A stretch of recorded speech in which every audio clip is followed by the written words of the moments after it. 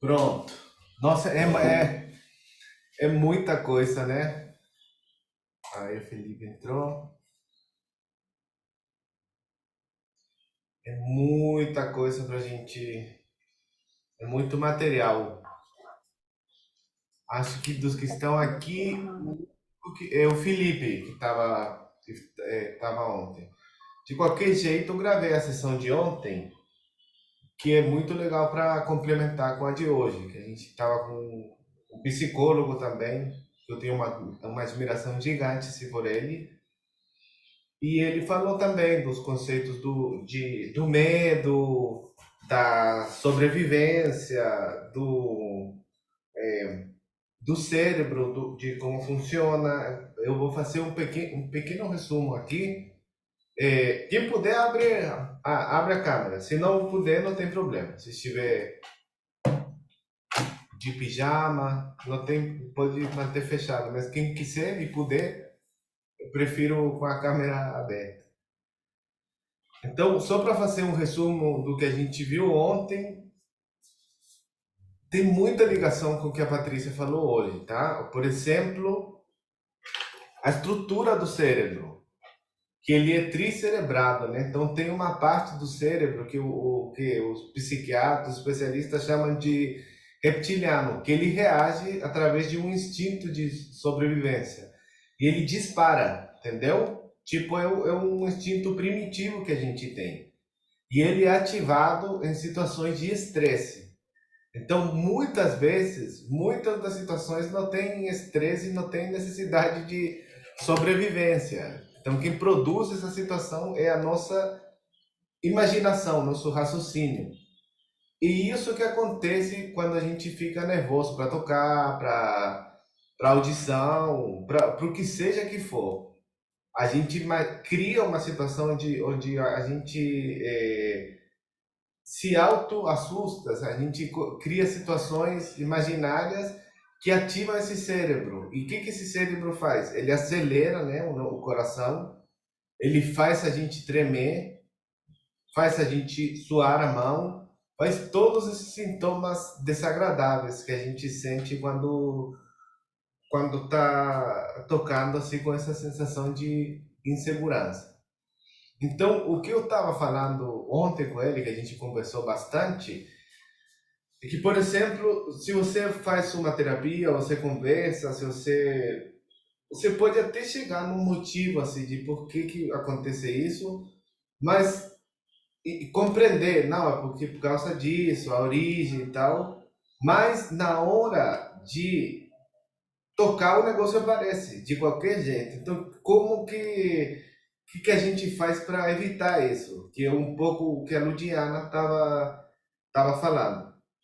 Então, com esse tipo de prática, ontem também a gente chegou num exemplo.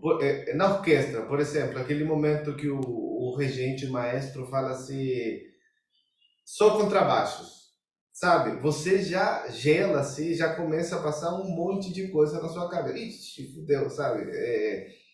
E agora? E aí, nesse impasse, você fica pior do que você deveria estar para ter uma certa eficiência, né? Assim, então, qual é uma boa medida, por exemplo? Responder com o corpo, que é o que a Patrícia falou também, sabe? Tipo, o maestro vai e fala contrabaixos. Você tentar não racionalizar esse comando, entendeu? Senão que respirar, por exemplo, soltar a barriga. E a partir daí você conseguir tocar tranquilo, sabe? E aí tem outra coisa que é muito importante para a gente saber quando e como é que a gente toca tranquilo, relaxado. Esse trabalho de reconhecer esse estado é muito importante. A gente reconhece ele quando? Quando estuda em casa, sabe? Quando você está no seu quarto, confortável, num lugar tranquilo, como a Patrícia falou, e você está estudando pleno, assim, você está curtindo o contrabaixo, a música, entendeu? Mas a gente tem que ter consciência dessa sensação para conseguir voltar para ela em momentos de alto estresse, de um nível de estresse muito alto. Então, tem posturas corporais que favorecem, por exemplo, tomar consciência do estômago, por exemplo. Então, como que a gente chega nesse ponto? Observa quando você fica nervoso, como a sua barriga fica. Isso é muito importante. Porque você vai ficar nervoso, vai ficar tenso e o que você vem fazendo desde sempre você vai fazer naquele momento. Mas se na próxima vez que você ficar nervoso, vamos supor, a Ludiana ou o Jorge tem um ensaio importante amanhã e ele, em algum lugar do ensaio da orquestra, ou na apresentação, ou na aula, fica nervoso, repara o que acontece na sua barriga. Repara no seu corpo. Como que esse nervosismo se manifesta? Ao invés de ficar pensando, a barriga vai apertar, entendeu? As costas vão apertar, essa parte daqui também. E aí você vai ficar tenso e já você vai ficar tudo apertado, né? O que acontece sempre, né? Então eu queria pedir, antes de ir para a parte de pegar o baixo e para a parte mais técnica e prática, eu queria falar um pouco do medo, né, da ansiedade e de quais sintomas. Eu queria falar um pouco dos sintomas para a gente conseguir melhorar essas coisas. Qual sintoma se apresenta quando você fica tenso, quando você fica nervoso?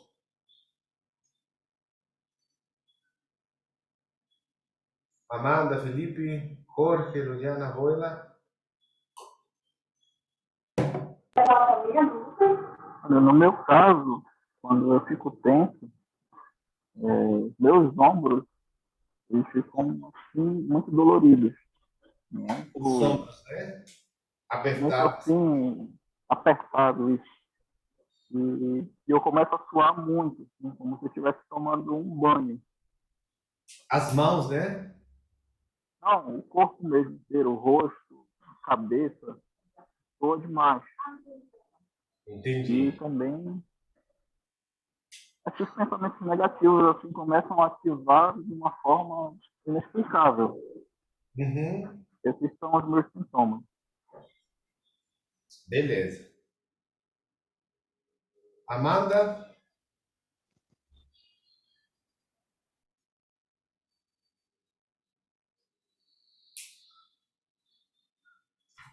você, Oi, tá me ouvindo? você tem algum sintoma É, eu fico com as mãos muito geladas, gelado? assim, mãos muito geladas, taquicardia, eu começo a ficar nervosa, não consigo me concentrar. Mas, assim, as mãos geladas me impedem, assim, até para tocar, assim, eu fico com a mão dura, sabe? Entendi. E em quais situações, por exemplo, na aula, na orquestra, sempre? Quando eu tenho algo muito exposto, principalmente na orquestra, que eu tenho que tocar, eu começo a ter essa sensação. Vai chegando o trecho que eu preciso tocar. Por exemplo, eu tive um concerto semana retrasada, onde eu tinha um solo. E eu começava, antes de chegar ao trecho, eu já começava a ficar com a taquicardia, assim, minha mão começava a ficar gelada e parece que na hora eu travava. Eu tive um problema muito grande, assim, no dia do ensaio geral, assim, eu não conseguia tocar. Antes do concerto, eu tive que ficar concentrada, assim, você sabe tocar, você consegue tocar, não tem motivo nenhum para você ficar nervosa.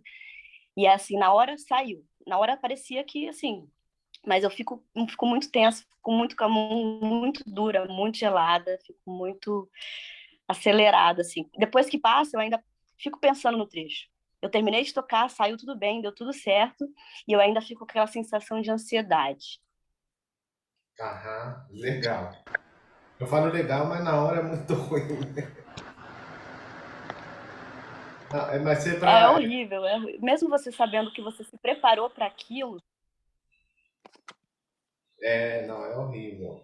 Mas é bom também pra gente escutar, porque, por exemplo, eu te ouvindo falar assim, a sua descrição é o que acontece com todo mundo, entendeu? Assim, o momento antes de tocar, assim, quando vai chegando assim o momento é desesperador. É claro que tem gente que se dá melhor, como a Patrícia falou também, tem gente que vem já com uma qualidade assim de que é mais tranquilo, que não passa por isso, entendeu? Mas a maioria passa por isso que você tá descrevendo. A minha filha entrou aqui. Deixa eu falar para ela, dá um oi e agora, vem, que o papai tá dando cheiro de orquestra, já falou. Vai lá, Bia, continua. Alguém mais quer descrever? Estou anotando aqui as. Eu queria, Pablo, Vai lá. deixa eu falar. Eu costumo ter taquicardia antes de tocar alguma coisa importante, que nem a Amanda falou, mas essa taquicardia, quando ela é bem controlada, ela é uma coisa legal, porque ela prepara o organismo para a pauleira, né? Então, o bom que eu acho é quando é aquela adrenalina que você consegue controlar. O problema é com a adrenalina que você não consegue controlar. Entende? Esse aí. E aí, quando isso acontece, eu fico, às vezes, com o dedo, endurece um dedo qualquer, né? E eu fico muito desconcentrada, tá? Claro. Então, essa desconcentração é engraçado, porque ela desconcentra mais. Então, eu tenho que me dominar para ficar concentrado o tempo todo, porque quando eu estou muito bem preparada, a adrenalina vai dar de qualquer jeito, mas ela não me derruba. Agora, se eu tiver com aquele problema naquele trecho que eu acho que não está muito bom, esse trecho na hora potencializa, ele vira um monstro na hora, entende? E o problema que dá, que a gente acha que é uma coisa horrorosa, uma fração de segundo, parece que a gente errou durante um minuto inteiro, né? É uma coisa horrorosa. Então, é mais ou menos nessa vibe, tá? Exatamente. Acho que assim os sintomas e o processo é praticamente igual em todo mundo, sabe? Mas então a primeira coisa que é importante, como que a gente não vai conseguir melhorar isso? Que a Patrícia falou, o que eu tenho estudado e na minha experiência também. Como que a gente não vai conseguir melhorar isso? E através do pensamento, tá? Isso, eu acho que o primeiro passo é tirar da cabeça essa negação, que a Patrícia falou também, que ajuda muito, assim. Primeira coisa, tira isso. Se você ficar nervoso, ansioso, se você já está com sintomas, se você já está com o coração disparado, por exemplo, com a mão suando, igual o Felipe falou, ou com o ombro tenso, primeira coisa, não faça seu cérebro falar, não posso ficar assim. Nossa, eu tenho que tocar, não quero tremer. Não, porque o comando é assim impressionante. O seu corpo, seu ser assim, através desse comando, ele vai entender, fica pior, fica mais nervoso, entendeu? O que você faz com essa negação e com essa forçação de barra? Você alimenta o sintoma, tá? Então, esse é o primeiro passo. Você vai alimentar o sintoma se você falar, não posso tremer, não posso, sabe? Então, essa é a primeira dica. Igual ela falou, se alguém fala para você, não imagina um elefante. Primeira coisa que aparece na cabeça é um elefante, porque o cérebro é preparado para, como ela falou, para assimilar essa negação, entendeu? Então, o que eu tenho descoberto? Primeiro, o primeiro passo, como a gente tinha falado anteriormente, é estudar conscientemente seu estado de integridade, de bem-estar ao tocar, tá? De estar bem tocando, de estar curtindo, de estar relaxado tocando. Então, esse é um aspecto positivo, entendeu? Onde você se reconhece, não, eu sou capaz, sabe? Porque uma coisa é você falar isso, igual a Amanda falou, você falar, por exemplo, não, eu dou conta, eu sou capaz. Uma coisa é você falar isso, tá? Que é o mesmo mecanismo de você falar, não posso ficar nervoso, não posso fazer tal coisa, entendeu? é um mecanismo do ego, né? Mas é diferente de você realmente ter consciência disso, de você reconhecer, de você, por exemplo, você sabe que se você deita no sofá, você vai estar relaxado. Você lembra dessa sensação de estar deitado assistindo televisão, por exemplo. Você não precisa falar, nossa, quando eu deito e assisto televisão no sofá, eu estou relaxado. Porque isso é palavras que não tem nenhum peso, não tem validez, não tem nada, sabe? Você pode falar o que você quiser, você pode pensar o que você quiser. Agora, você ter essa consciência de você lembrar de ser deitado é outra coisa, é outro papo, sabe? É o real, é a realidade. Então, isso é muito importante também, a gente reconhecer isso e lutar contra esses sintomas, assim, tipo assim, você está com a mão gelada e apertado, assim, o que você pode fazer através do pensamento? Nada. O que é efetivo é você parar, se situar no aqui e no agora, que o Mindfulness fala, e, por exemplo, respirar fundo. Por que respirar fundo? Porque você respira e a barriga solta. A barriga é um centro de tensão, entendeu? Se você está com a barriga apertada, você vai começar a partir daqui do estômago a apertar todo, o seu corpo todo, entendeu? Então, isso é um super bom exercício. Se situar no lugar, igual a gente tinha falado antes, por exemplo, quando você tem uma audição, e você quer fazer esse trabalho de visualização, de se sentir num lugar tranquilo, você não precisa ir numa praia deserta, nem num bosque tranquilo. É simplesmente você se lembrar, levar esse filme na hora da audição, quando você está estudando, no lugar onde você estuda, sabe? Que você está pleno.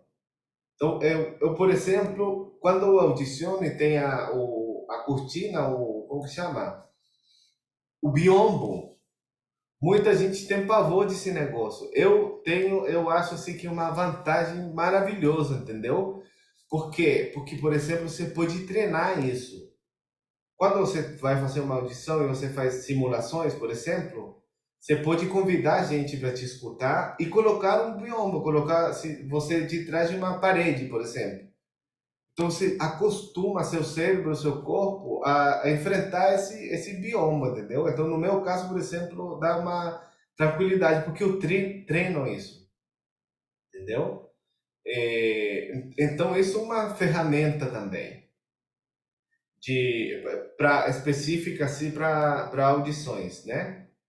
Agora, eu queria falar, eu não queria esquecer de falar isso. Esse conceito de eficiência e é um conceito que coloca muita pressão na gente, entendeu?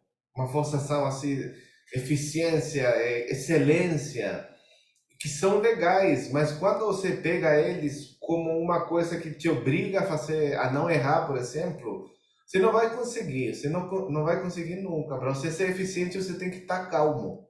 Você tem que estar calmo, você tem que estar pleno, entendeu? Então, deixa eu ver se estou esquecendo de alguma coisa. Eu queria escutar vocês também. Alguém mais quer falar alguma coisa? Quer compartilhar alguma experiência? Ou fazer uma pergunta?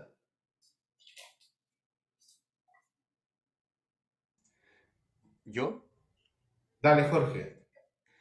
a mí me pasa que por lo general estoy tranquilo en general y estoy muy consciente de mi cuerpo, del estudio previo que hice, todo eso, a pesar de que en el proceso dudé y qué sé yo, pero ya en la etapa final.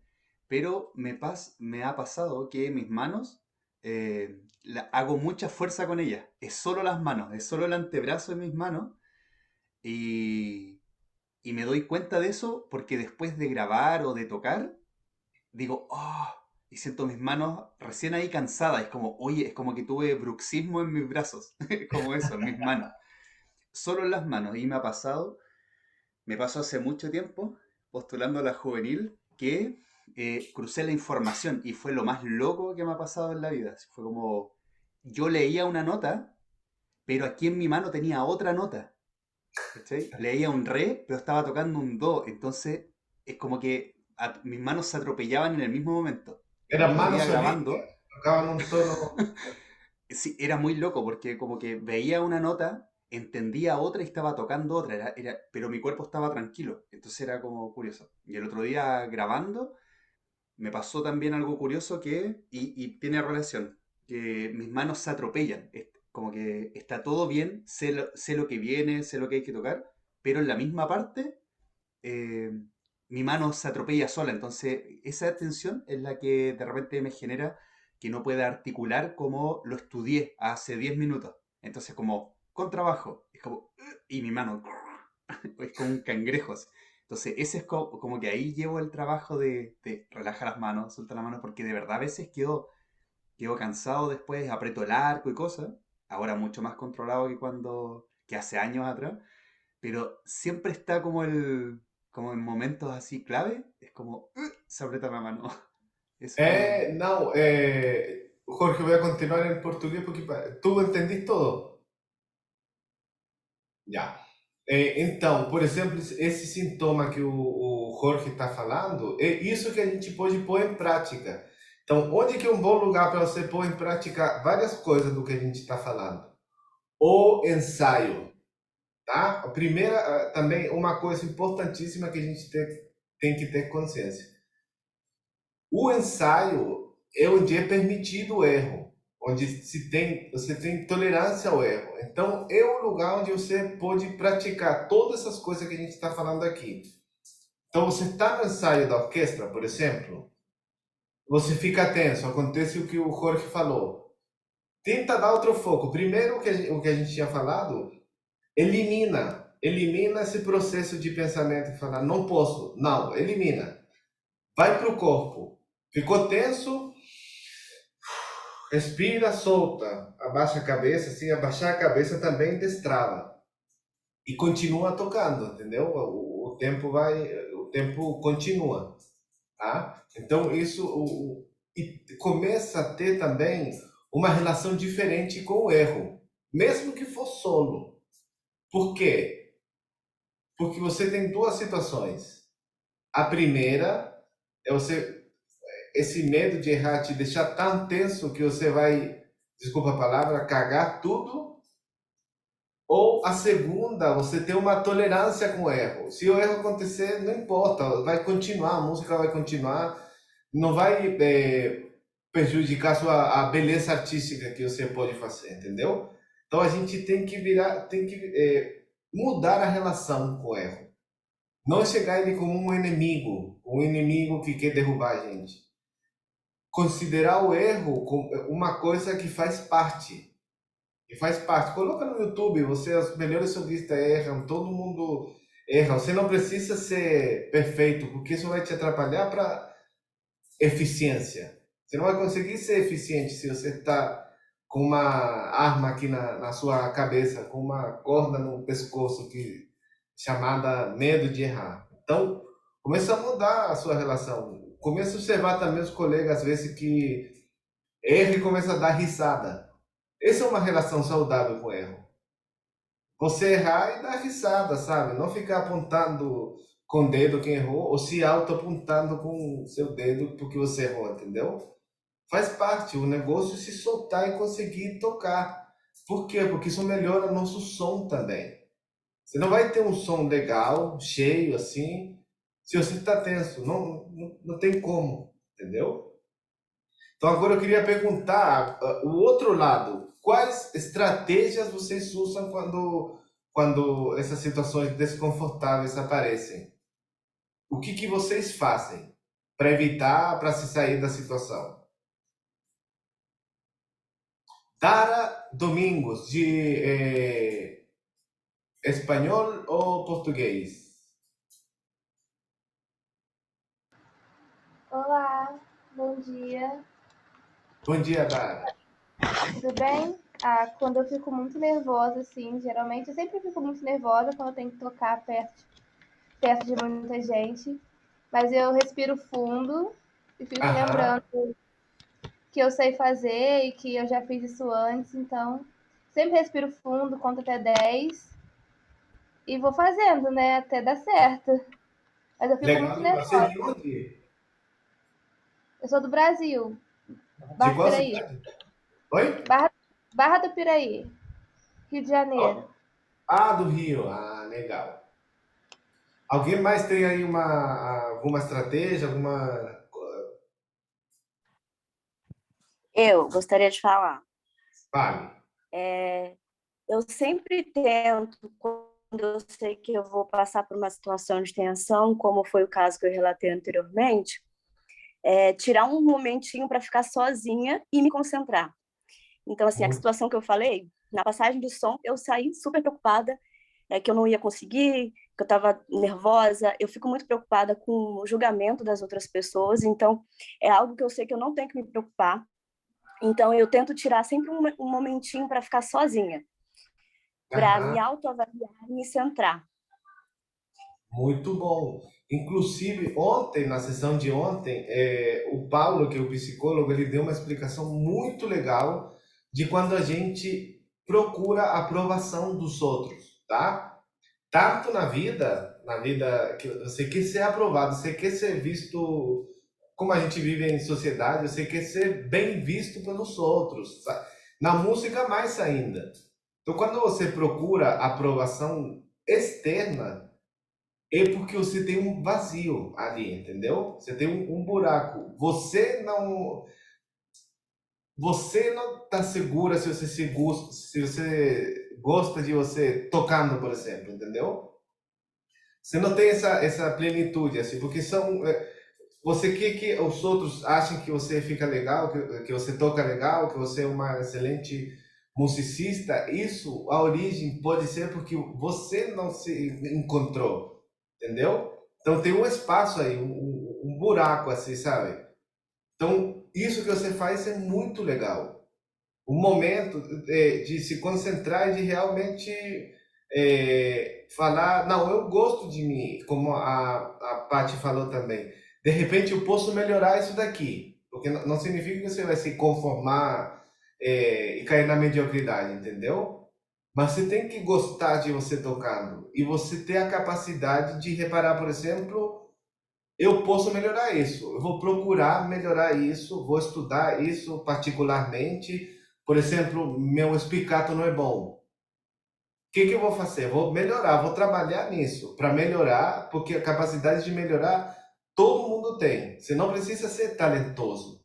Você não precisa ter talento para ter um bom espicato, por exemplo. Você precisa de trabalhar, de acolher e trabalhar, entendeu? Essa é uma visão positiva. Então, por exemplo, se você procura muito a aprovação dos outros, é porque alguma coisa dentro de você não se aprova. Você não está gostando de você. Então, o que você acolhe isso e fala, pô, nossa, eu gostaria de ter o vibrato, o som que essa pessoa tem. O que eu vou fazer? Em vez de se frustrar, você trabalha para conseguir isso. Você vai conseguir. Não, isso daí é 100% de certeza. Não tem erro. Todo mundo consegue. Não, você não precisa ser talentoso. O talentoso pode ser que chegue antes, mas pode ser que fique travado também. Porque se confiar só no talento e não trabalhar não serve de nada. O que a gente falou ontem também. Você pode chegar numa audição para competir com um cara que é um monstro tocando. Mas se você está preparado assim, objetivamente para a audição, você vai ganhar. Eu tenho certeza absoluta, porque já vivi isso participando de audição e sendo banca também. Então você chega lá e tem um cara que você fala, nossa, esse cara é um solista internacional. Mas você está preparado para a audição. A preparação de uma audição é muito objetiva. Então, é legal pensar nisso, você sabe? Primeiro, se, se aceitar, para tirar esse peso também.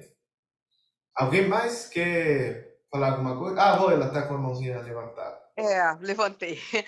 Pablo, antigamente, quando eu tinha mais tempo para me preparar para as coisas, eu costumava trabalhar um preparo psicológico, nunca ninguém me falou sobre isso, mas eu me imaginava no local, tocando. Então, quando eu chegava no local, isso me dava uma paz incrível, e aí tudo corria certinho, desde que eu não me desconcentrasse, porque às vezes quando tem um concerto, você vai tocar 3 movimentos, quando você fez o primeiro bem, o segundo bem, aí desconcentrou, o terceiro você caga porque você ficou desconcentrado. Então, eu tenho que ficar concentrada durante todo o processo. Mas depois, com o tempo, né, o nível de preparação às vezes vai piorando, né? O tempo de preparação.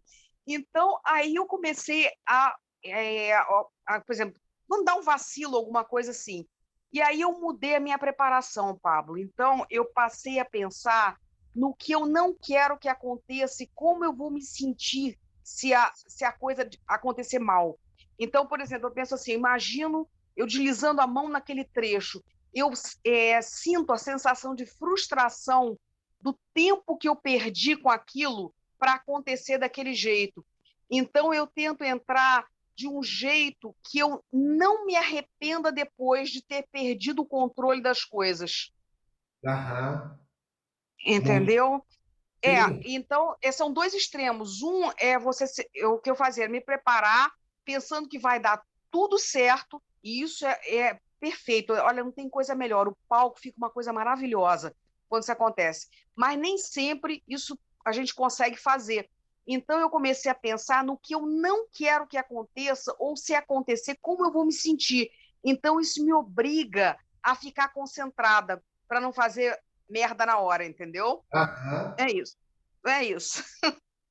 Muito legal. É como eu falei, assim, o primeiro, assim, o mais importante, logicamente, que a gente nem falou nisso, é você estudar num nível, assim, de que você fique blindado também, né? Desse tipo de coisa. Quando você adquire essa segurança também, tudo fica muito mais fácil.